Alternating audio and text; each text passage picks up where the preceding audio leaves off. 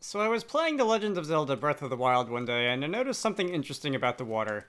And when I looked closer at other games, I realized pretty quickly that this isn't something exclusive to The Legend of Zelda Breath of the Wild by any stretch of the imagination, but it is something that you see in water, both in real life and in some 3D video games. And that is, oops, wrong way. If you were to look at a body of water, such as a pond or a lake or whatever, from head on, you can see through it pretty clearly. You can see through to the bottom. The surface of the water is pretty clear. It's not always just reflecting the sky. While if you were to look at the water at a much lower angle, the water is much more shiny. It's much more blue. It more accurately reflects the stuff around it. In the case of this game, because there's actual reflections going on to a degree, and there's not just a single water texture. There are obviously quite a lot of things happening to the water in this game, and I am hopefully obviously not going to talk about all of them in this video. You can see some things such as light sources reflecting off of the water and the water fading out slightly as it approaches the edge of a shore.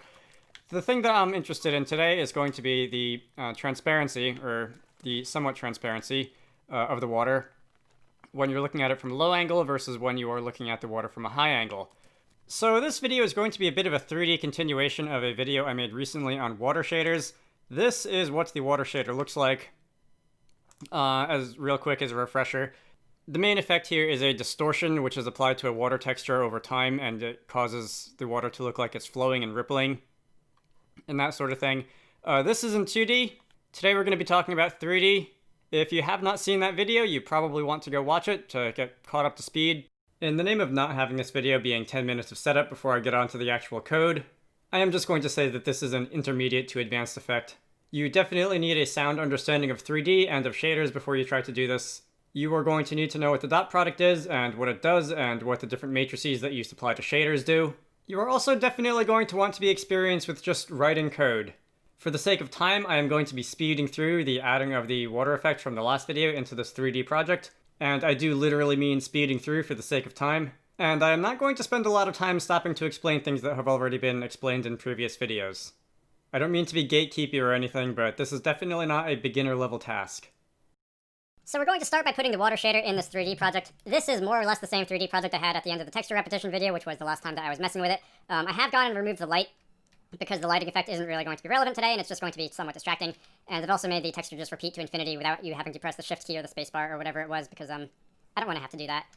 If you've watched this far into the 3D series, you're probably comfortable enough with writing code and GameMaker that that's not going to throw you off too much. So first, I am just going to move the water shader that we wrote last time into this video. I'm going to call it shader water. For the most part, this is just going to be a copy and paste job. And let's see, where is that code? GameMaker. There we go. We are going to copy and paste the vertex shader as it is, without any modification. We are also going to copy and paste the fragment shader as it is, without any modification. The fragment shader is where most of the code that we wrote was. One thing to note, if you are using a 3D vertex format which contains a normal component, by default the normal attribute is commented out in the default GameMaker pass-through shader. You will want to uncomment that because obviously your attribute list needs to match the vertex format that you defined. And speaking of which, let's put them in the right order too. GameMaker is usually pretty good about matching up your vertex attributes to your vertex format, at least in GLSLES, but it's always good to have these in the correct order anyway. Position, normal, color, texture is what I defined. So the next thing that I think I would like to do would be to find the water textures, which I was using. Here we go, here are the water textures, Sprite Water Blue and Sprite Water Displace. We're just going to drag those into GameMaker. These both need to be on their own texture pages, so we're going to open them up and click separate texture page, just like before. And now we actually need to use the shader. So in the draw event, this thing here, this V buffer here, this is what the floor is. This is the vertex buffer that represents the floor, so I'm going to set the shader for water before I draw that. Let's see, shader set, shader water. And there are a bunch of uniforms that go with that, a bunch of shader uniforms, including the displacement map and the time uniform so that it can scroll. I'm also going to want texture repeating to be true. I'm also going to want texture filtering to be true. And that should be all the changes I really need to make. So I should probably change the grass sprite to the water sprite, but I honestly want to see what this looks like if I just run the game and apply the water effects to the ground sprite. And that looks, well, it's not bad, I think. It doesn't look bad, but we do want this to actually look like water. So let's draw that vertex buffer with the actual sprite texture. And now we can see that the water is kind of rippling and flowing on the ground. That's very nice. I also got rid of the fake shadow under the player too, by the way, just because it's not really needed right now. I find it kind of distracting, and later on, transparency, when you start to do things with transparency in 3D, transparency in 3D sucks. Great, the water shader is working in 3D. Let me make that commit as soon as GitHub Desktop refreshes. So I'm going to do something else. I'm actually going to I'm going to load a terrain model into this project. Right now, since we are going to be modifying the transparency of the water and there's nothing actually underneath it, you would just see the black void somewhat visible through the surface of the water, and that would not be much to look like. I'm going to load a model containing actual terrain into the game and draw it here in the water so that there's actually like something underneath it that you can see. I have a model. I went and made one not too long ago, if I can actually find the folder that it lives in. Okay, this is what it looks like. The model has a texture. The texture is not drawn currently. It's just going to be the model. It's just going to be kind of a ditch underneath the water, surrounded by raised terrain on the edges. So I can just have OBS go to a black screen for a second when I close Model Creator. I can go and copy that file into the data files folder. And where is it? Copy and paste. This is now going to be recognized by the game. I can load it into the included files. You can see it's there in the included file list. So just the same way that we do with things such as the player, let me define vb_terrain, and we can load in terrain.d3d. And I'm going to draw this before anything else. I'm going to draw this before the floor water vbuffer. And the reason for that, like I said, is because transparency in 3D sucks. I don't want to draw in with the water shader in any case. So we can simply say vertex submit. I'll deal with the matrix transforms in a minute. vb_terrain. A triangle list is the primitive that we shall use, and SPR grass is going to be the texture that we use. Okay, so you'll notice that this is very small, and that is because the terrain, I think, is a 16 by 16 or 32 by 32 or something in that ballpark patch model, and it's very small. We need to scale that up a little bit. I am going to scale that up using a matrix transform. And the translation is going to be 0. It's not going to be drawn relative to the player. The way the player's model is, the rotation is going to be 0, and let's just scale it up by 32 times on the X, Y, and Z axis each. And then when we're done drawing the floor, reset the world matrix using the identity matrix. And this is more or less what we want to see. Okay, so again, there's no lighting, but you can see it is somewhat of a raised surface with a little ditch in the middle, which is currently being filled by a puddle of water. So now we are going to go about making the transparency of the water depend on the camera's angle relative to it.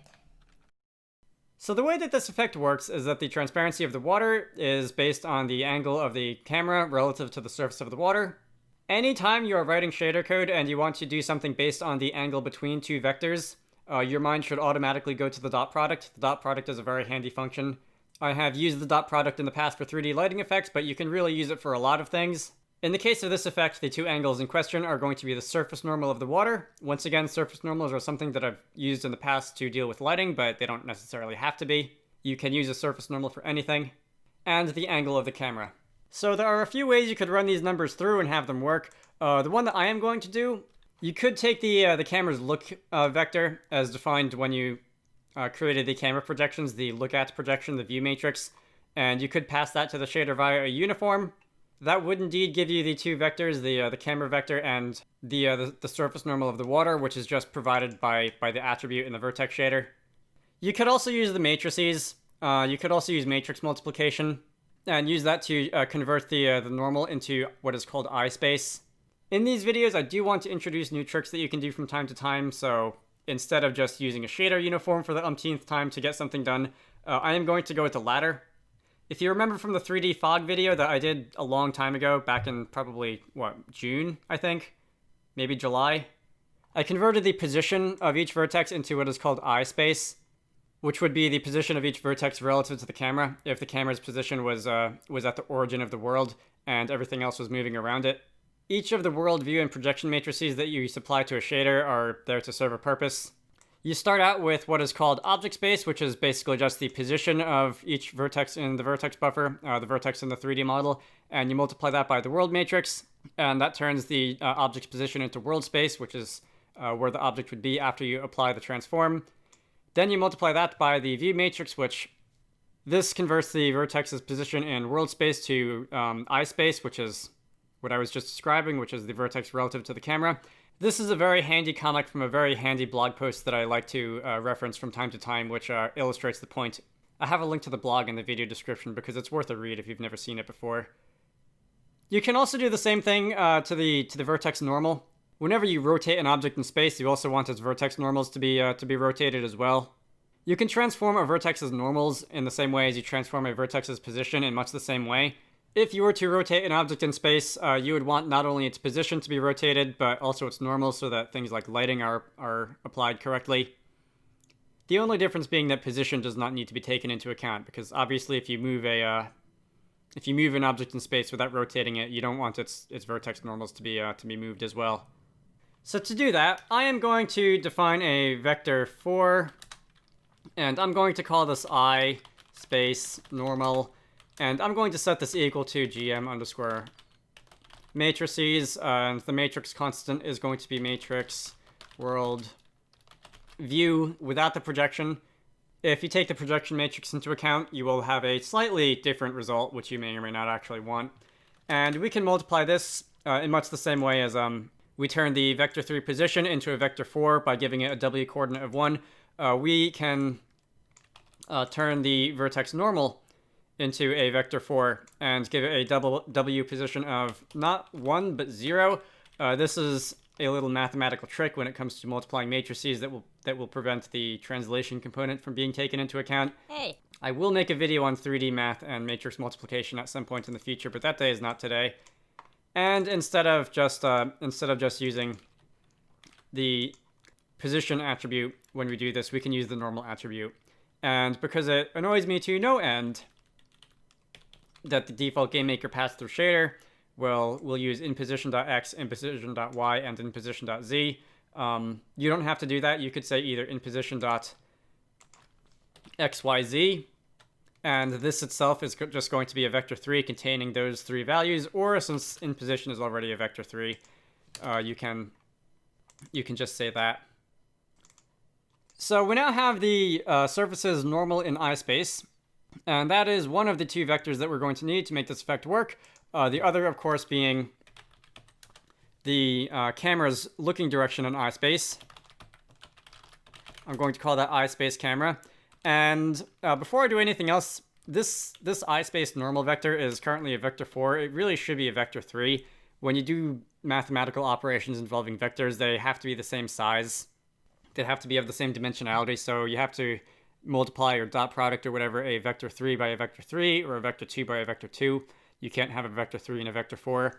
When you do this multiplication, this is going to return a vector 4 containing the transformed normals x, y, and z components and 0 on the w component. So we can just say the product of this multiplication x, y, z, and that will grab the relevant data. Again, the 0.0 is just there so that the I feel bad for oversimplifying it like this, but the 0.0 is there so that when you multiply by the world matrix, the translation is not accounted for, and you don't have your normals flying off into space. Anyway, as it turns out, in the OpenGL shader language for embedded systems, and I guess just OpenGL in general, the looking direction of the camera in iSpace is just a vector 3 of 0 on the x, 0 on the y, and 1 on the z. I actually have had a hard time confirming this on Google because people on Stack Overflow are occasionally less than helpful, but in the experiments I've done, it seems that the direction of the camera in iSpace is 0, 0, and 1. This isn't really related to anything that you might do in GameMaker. This isn't based on, for example, the view matrix that you create up here in GML. This is just how OpenGL defines the camera in iSpace. The position is at 0, 0, 0, the world origin, and the direction that it's looking at is 0, 0, 1. So you're looking down the z-axis. The z-axis now really becomes the distance from the camera. If you want a way to visualize this, if you go into the GameMaker room editor and you think about how the camera looks in the GameMaker room editor, you have the x-axis going horizontally to the right, you have the y-axis going vertically down, and objects that are farther away from the camera have a higher depth value, and they are drawn in front of other objects. Behind other objects. You can see the instance layer has a depth of 100. The background layer above it has a depth of 0. If I were to create another layer on top of that, it would have a depth of 0, and everything else would be moved down. I don't really need these extra 2 layers here, do I? They're just getting in the way. Anyway, the direction that the camera is looking at in iSpace is 0, 0, 1. I believe the up vector of the camera in iSpace is 0, negative 1, 0. So again, what it would look like in the GameMaker room editor, but Again, I have not confirmed that, and in any case, that's not really relevant to what we're doing right now. We just care about the direction. So the dot product, this is what we came here for. Let's use the dot product of the eye space camera, and let's dot that against the eye space normal. Generally, when you're using dot products and you're using vectors, you would first like to normalize the vectors. And this means that they will have a component length of 1. This will ensure that they have a component length of 1. So if you were to use the distance formula on the x, the y, the z of these vectors, the length of that distance formula would be 1. Really, I don't remember off the top of my head if the eye space normal is always going to have a component length of 1 as long as the input normal already does. But let's just normalize it to be safe. The eye space camera obviously does already because I defined it that way. But again, just to be in practice, just to be in the habit of normalizing all of your vectors before you do the dot product on them, let's do that. So I'm going to say this to a variable. This is going to be a floating point number. It's not going to be a vector or anything. When you do dot products and lighting shaders, you usually call the result of this something along the lines of like n.l, standing generally for the normal of the surface, dot product against the direction of the light, n.l. In this case, I guess, out of lack of better things to call it, I'm going to call it c.n just because I don't have anything better to call it, and it's the camera vector dot product against the normal. This is going to be related to what we want the transparency to be, although it's not quite. Again, to make this take effect in the fragment shader, you could do a couple things. You could pass it as a varying over to the fragment shader and assign it to the alpha channel of the gl_frag color. If you're doing other things in the shader, if you're applying other effects, you may want to do that. I am not going to do that. I am just going to take advantage of the varying representing color that is already defined in the shader by default, and that is the v_v color varying. And I'm just going to assign v_v color.alpha is going to equal c.n, and that's just going to set the alpha of the vertex color to some number between -1 and +1, whatever the result of this calculation happens to be. So if I were to run the game now, we would see that something's going on, but it's not really what we want. If I were to look at the water from above, we can see that it is 100% transparent, which is kind of what we want. If I were to look at it from about a 90-degree angle, you can see it's still transparent, it's not appearing. If I were to move the camera up, you can see that it starts to appear. This isn't exactly what's supposed to happen. We don't want to have to look up in order to be able to see the water. So if you think about the results that this dot product calculation returns, if the surface normal of the water is pointing directly at us, if the surface normal of the water is pointing directly at the camera, that means that the vectors are going to be pointing in opposite directions, and that the result of that dot product calculation is going to be -1. -1 when it comes to color values is already kind of a problem because, I mean, it doesn't really make sense to have negative color, and it's possible that on some old or otherwise arcane hardware, that might just cause issues and just completely cause things to break. On Windows PCs, at least, it'll just be treated as 0. But that's not the point. Anyway, if the camera is at a low angle against the water, then that means that it's the camera direction is going to be almost perpendicular to the surface of the water, and that dot product is going to return a 0, which is, again, also not really what we want. When we're at low angles, we would prefer the water to be mostly opaque.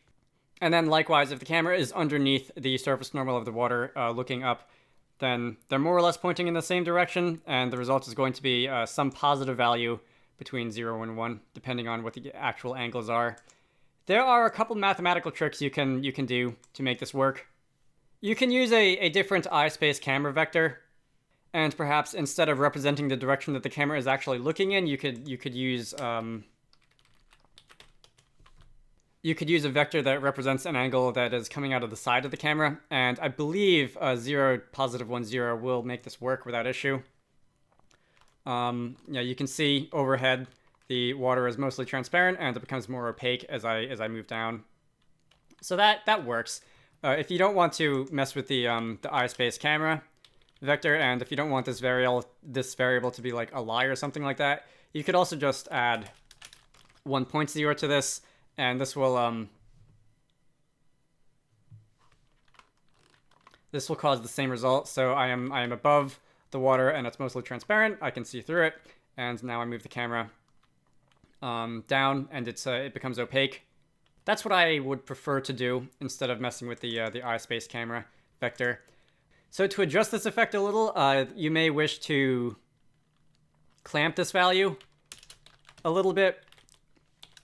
Maybe just between 0 and 1, because as I said, values outside the range of 0 and 1 when it comes to colors can cause issues. This won't affect anything. Same as before, I'm overhead, the water is transparent, I am at a flat angle, the water is mostly opaque. You could have a little fun with this. If you go back to The Legend of Zelda Breath of the Wild, if you go back over to this game and if you look at the water at a flat angle, or at an overhead angle, I have no idea anymore if I am playing with an inverted y-axis or not. I just give up. The water is not completely opaque, but it is just more so than when you're looking at it from above. And to emulate this effect, you could, instead of clamping this value between 0 and 1, you could clamp it between something like 0.25 and 1, and 0.75 rather. And this would cause the water to be mostly transparent when you're looking at it from above, but you can still sort of see it if that's the effect that you're going for. And when you look at it from a flat angle, it is mostly opaque, but you can still see through it a little bit, which is what the Zelda game does, and something that you may wish to have in your game if you want to be able to see through the water a little bit. Okay, once again, as I said at the end of the last video, definitely play around with this. You can play around with the you can play around with how this is calculated, and you could just decide what looks best in your game. You could have the alpha of the dark and light parts of the water behave differently, so more of the dark parts of the water are removed, but more of the light parts of the water are opaque. And that would create the more shiny effect that you see in that particular Zelda game. You could also layer this effect on top of other effects. If I were to go back to the Super Mario Galaxy 2 water video, he also brings up a bunch of other tricks that Nintendo uses to make their water look the way that it does that I have not talked about. Things such as masking out the shiny parts and other behaviors. The day after I recorded that video, he posted a similar video on similar subjects, which was basically him going back and forth with a friend about both water and other visual technical art tricks that Nintendo uses in their games, and I really wish that he had posted that 2 days earlier so that I had a chance to watch it before making that one. Anyway, if there are other effects that you see in this particular video game or in some other video games that you would like to see me explain a little bit of how they work in the future, definitely let me know, and there's a chance that I will get to it eventually. There are a ton of graphical technical art videos that I want to make when it comes to shaders and other things, and prioritizing them is a bit of an ordeal. I'm going to end this off. So, if you want the code for this, there will be a link to it in the video description. As usual, I have a Patreon, so if you want to contribute towards these videos being made, there are links to those in all the relevant places also. I try to post 2-ish of these videos a week. That may be slower in this December because I will be spending a lot of time away from the computer, unfortunately. Otherwise, I hope you all enjoyed that and found it interesting, and I will see you all later.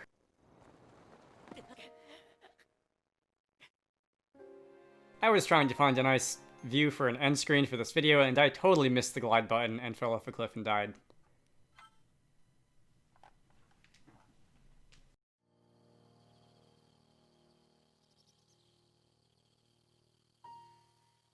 Special thanks to David Key, Edward Holt, Emily Koyo, Indie Punch, Jason, and Zenith for supporting these videos. If you want to see your name in the credits, or to hear yourself shouted out at the end, head on over to the Patreon page in the video description to join the fun.